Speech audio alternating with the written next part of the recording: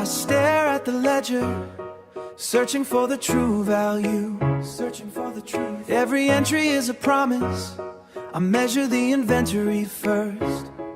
It is the lower of two paths, cost a net realizable value, whichever is less. I choose my formula now, FIFO or the weighted average. Then I move to the steel and stone, purchase price plus every direct cost, adding the debt of commencing, measured by cost or revaluation, depreciating every separate part. This is the architecture of the balance sheet. Recognition is the moment I decide. Is it probable? Do I control the future flow? I am building a fortress of relevance, mapping the life of every asset.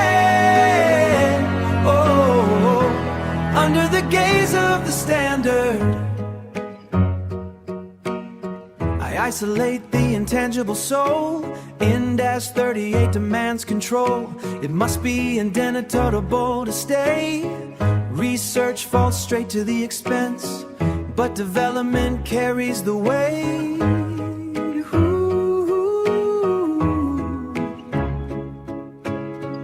Then I pivot to the rented halls. Ind AS 40 for the capital gain. I transfer the walls from prepaid when the purpose finally shifts. This is the architecture of the balance sheet. Recognition is the moment I decide. Is it probable? Do I control the future flow? I am building a fortress of relevance, mapping the life of every asset.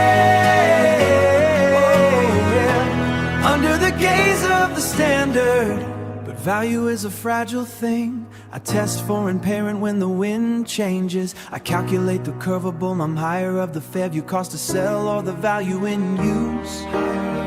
I allocate the loss to the coup, stripping the goodwill away first, until the carrying amount aligns with the reality of the market. This is the architecture of the balance sheet. Recognition is the moment I decide. I am building a fortress of relevance, mapping the life of every asset. Under the gaze of the standard, the updates refine the vision. Precision is the only legacy. The asset stands verified.